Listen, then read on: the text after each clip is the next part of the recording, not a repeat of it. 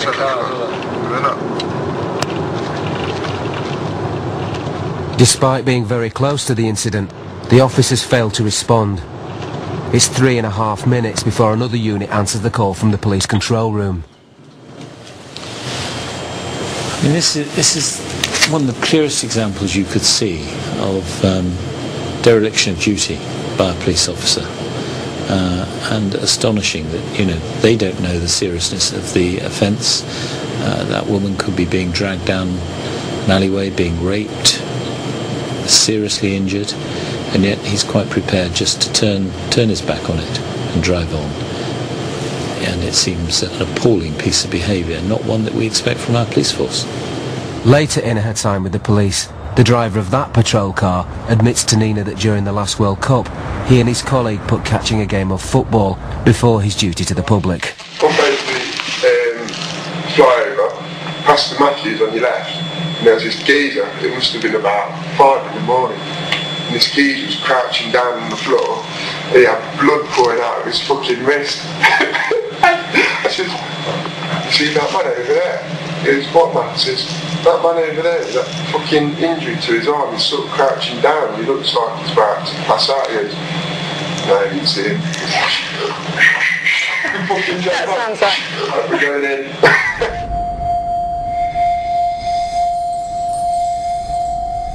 It just makes my stomach churn.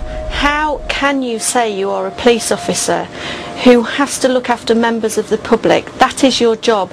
That to protect life and property is a priority of a police officer, and you then laugh and boast how you drove by somebody. He actually says he looked like he was about to pass out. He might have died. He didn't care as long as he watched his football match. That, to me, he doesn't deserve to wear a uniform and say that he's protecting life and property. Not at all. That wasn't the only time our undercover reporter saw officers putting themselves before the public. On this occasion, Nina and her crewmate had just returned to the station to eat, known in the police jargon as mealing. A Grade 1 job is an incident requiring immediate attention, such as a 999 call. I said earlier that we were the only car that was out and about now, and he said, "Well, we won't be because we're going in for meal." So a Grade 1 job came out, so I quickly got my stuff together, went into the canteen and said, "Are we going to this? Are we going to this?" No.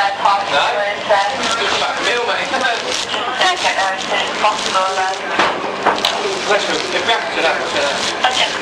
So I went back into PC and said, "He's refused to go with me," and at which point she got called to another job because she got the van. He won't go out with me because he's not turning out because he's mealing. So do you want me to come with you? Yeah, I'll get him to go. I'll go. 3 other officers were mealing at the same time. They all stood up and said, "We're going." You got, yeah. PC stayed in the canteen all the time. He didn't make any attempt to move. 19, I'll go, yeah. Do you want me to go? It used to be that you had pride in your job, and it's that's missing. I was so proud to be a police officer from the day that I joined to the day that I left. These people aren't proud to be police officers. They're doing it so that they can say, "I'm a police officer, I'm cool," and that, to me, is the only reason, and he proves that. Nina's disappointed to have uncovered poorly performing and demotivated officers. She's been appalled by the action of 2 officers on her shift of around 16 who have failed to respond to emergency calls. Coming up, as the government introduced wholesale police reform in an effort to drive up standards, Nina uncovers just how officers are reacting to the changes. Does that defeat the objective of what the government want you to do then? Right. But I think it's self-defeating anyway. It demotivates 90% of the staff. The amount of paperwork. You hear this nonsense about cutting paperwork. It's definitely... I know.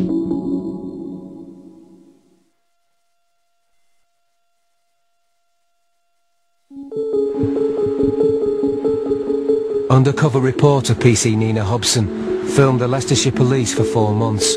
She uncovered poorly motivated, sometimes lazy officers and witnessed dereliction of duty. We don't want to attend to this.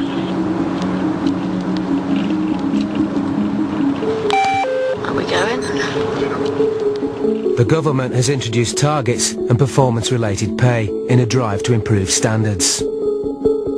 Most of the police officers hate the targets. They feel that they're doing things differently now purely to make the government happy, purely for the Chief Constable of Leicestershire to put the right figures into the Home Office.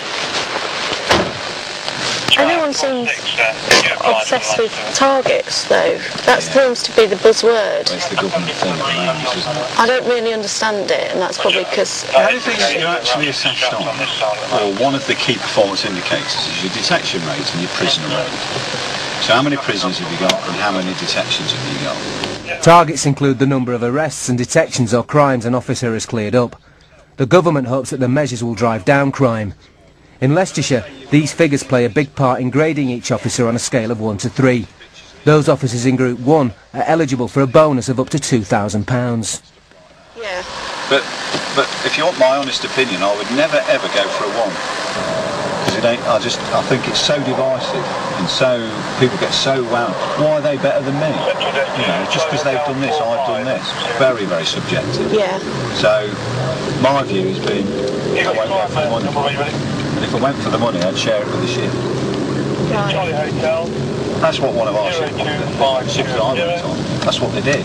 They picked someone, right, well, we'll put everything through you, we'll put everything through that person, and then they shared the money out. Wow. I thought that was much better, that's teamwork. Yeah. You know, but, you know, if you can agree on that, then that's fine. Does that defeat the object of what the government want you to do then? But I think it's self-defeating anyway. It demotivates 90% of the staffing. I don't think it motivates those that are exceptional anyway. Those that are exceptional, they know they're exceptional and everybody knows they're exceptional as well. You know the person who's going out getting their prisoners, always enthusiastic and things like that. And they say, well, that rewards them. To what end? I'm not sure what end. The inspector is talking about the premium which is increasingly attached, as Nina discovered to her horror, to not how well you do your job. It's down to how many numbers you can generate in terms of the numbers of arrests you'll make that result in a detection which the force as a whole can then claim in the figures that it sends back to the Home Office. Because that's what's driving everything. It's the numbers that count, not how well you do your job. For me personally, I considered myself to be a good police officer. The jobs that I did to the best of my ability, and the victim or the public was always my number one priority. For example, I was a rape officer, so I could spend a week with a rape victim, which takes me away from being able to achieve my targets. I could then be taken into the office and told, well, you haven't reached your targets. Forget the fact you've been dealing with a rape victim or a child who's been abused. You haven't reached your target. You haven't reached your detection rate. Well, you can't run the police force like that. The targets are being used as a way of trying to motivate the rest by saying, if you give us the right numbers, we'll give you more money. So the cynics are just saying, well, okay, if that's a way of earning more money, we'll find ways of giving them the numbers, and we still don't need to do anything because nobody's really supervising us. As Nina and 2 colleagues complete paperwork in the station, she learns exactly how to create the right numbers. Yeah, into the shop, and they all select chewing gum. Yeah.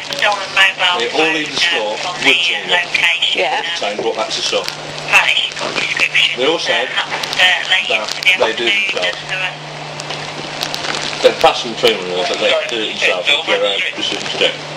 There's Silver Street that are... 4 crime pots. 4 offences of theft. Would you? I would do these days to get your connections, because that's 4. Because it used to be, that'd be because they're all doing it. Joint effort, but what they're doing now is detection, sanctions protections in the name of the game. Detections are the name of the game, so if we're going to play it like that, and people are saying they've acted independently, then if we're going to play the numbers rule,